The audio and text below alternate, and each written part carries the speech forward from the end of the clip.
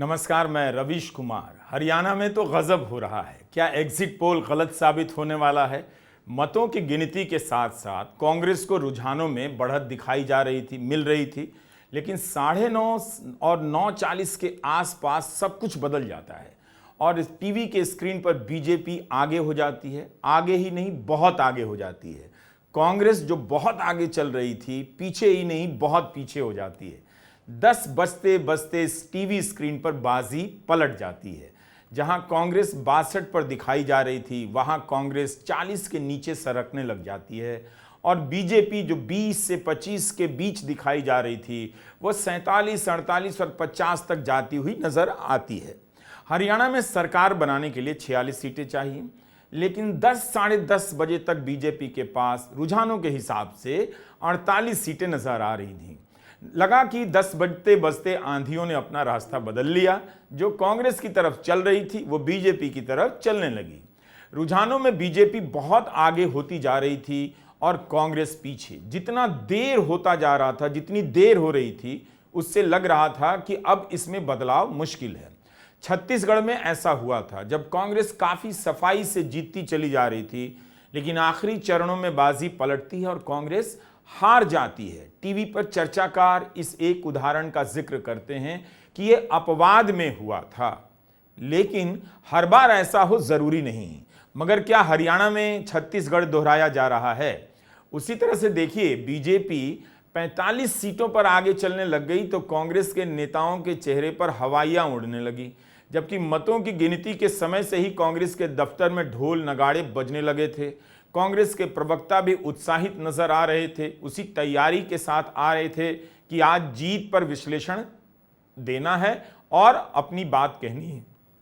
लेकिन एक ऐसे वक्त में 9, साढ़े 9 बजे के आसपास ट्रेंड बदलता है और बहुत बदल जाएगा। 1 घंटे तक इसमें कोई बड़ा बदलाव नहीं होता है।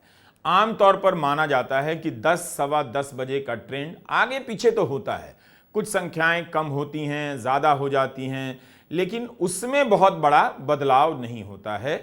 इस समय तक बीजेपी ट्रेंड में बहुत आगे निकल चुकी थी। कांग्रेस के नेता अब कहने लगे हैं कि हरियाणा में भी वही हाल होगा जो कांग्रेस का मध्य प्रदेश में हुआ था। एमपी और राजस्थान में पिछले चुनाव में इन्होंने झूठ का गुब्बारा खूब फुलाया, लेकिन जनता ने वोट की चोट देकर के उस गुब्बारे की हवा निकाल दी। चैनलों पर बोलने वाले चर्चाकार सहम गए, अपनी बातों को लेकर झगड़ने लगे कि उन्होंने ऐसा नहीं कहा था, ऐसा कहा था। उन्हें समझ नहीं आ रहा था कि क्या हो रहा है। वो सतर्कता से कहने लगे कि इस वक्त कांग्रेस का वोट प्रतिशत तो ज्यादा नजर आ रहा है, 4% से आगे है, अन्य को भी कम वोट मिले हैं, तो कांग्रेस अभी भी आगे जा सकती है। अभी तो कुछ ही राउंड के मतों की गिनती हुई है। मगर 10, साढ़े 10 बज चुके थे, वक्त निकल रहा था, इसमें बहुत बड़ा बदलाव नहीं होता है, चर्चाकार भी जान रहे थे।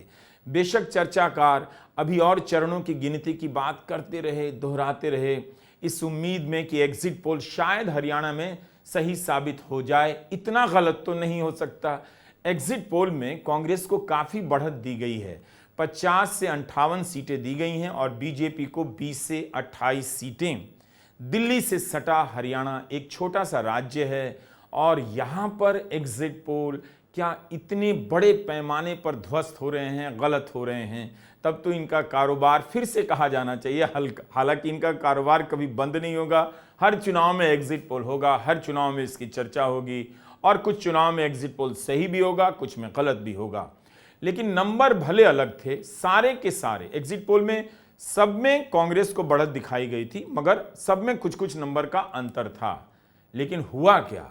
9:30 से 10:30 के बीच टीवी स्क्रीन के जो रुझान चल रहे थे, उसमें बीजेपी का वैसा सफाया नहीं हुआ, बल्कि कांग्रेस जहां थी वहीं नजर आने लगी और बीजेपी सरकार बनाने की तरफ बढ़ने लगी।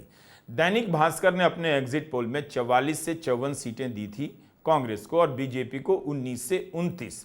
एक्सिस माई इंडिया में कांग्रेस को 53 से 65, लेकिन उल्टा ही हो रहा है। अब इस वक्त तक चर्चाकार टीवी के पैनलों में बैठे हैं, 3 बजे की बात कर रहे हैं, 2 बजे की बात कर रहे हैं कि कई और चरणों के वोटों की गिनती होगी, तब कांग्रेस आगे बढ़ जाएगी। अगर ऐसा होता है और अगर ऐसा नहीं भी होता है तो भी हरियाणा का यह चुनाव वोटों की गिनती के दिन तो बहुत दिलचस्प हो गया। पूरे चुनाव का कवरेज इस तरह से हुआ कि जैसे हार और जीत पहले से तय है, लेकिन ये रुझान जो 9:30 से शुरू होते हैं और 11 बजे तक नजर आते हैं, कुछ और ही कहते हैं। कांग्रेस उम्मीद करे कि 4 बजे तक स्थिति बदल जाएगी तो ठीक है, लेकिन क्या एग्जिट पोल वाले भी आखिर तक उम्मीद कर रहे हैं कि उनकी बात सही होगी? मगर स्क्रीन पर नंबर तो बहुत ज्यादा नहीं बदल रहा। जुलाना से विनेश फोगाट के पिछड़ने की खबरें आ रही हैं। विनेश के सामने 1 दर्जन से ज्यादा जाट उम्मीदवार उतारे गए हैं। क्या इस वजह से और जगहों पर भी बीजेपी बढ़त बना रही है और कांग्रेस पिछड़ रही है? क्या बीजेपी ने इस तरह की रणनीति से कांग्रेस को घेर लिया है? गोपाल कांडा, जिसे बीजेपी ने सपोर्ट किया है, वो तक अब पीछे नजर आ रहे हैं। फिर दुष्यंत चौटाला के भी पिछड़ने की खबर आ रही है।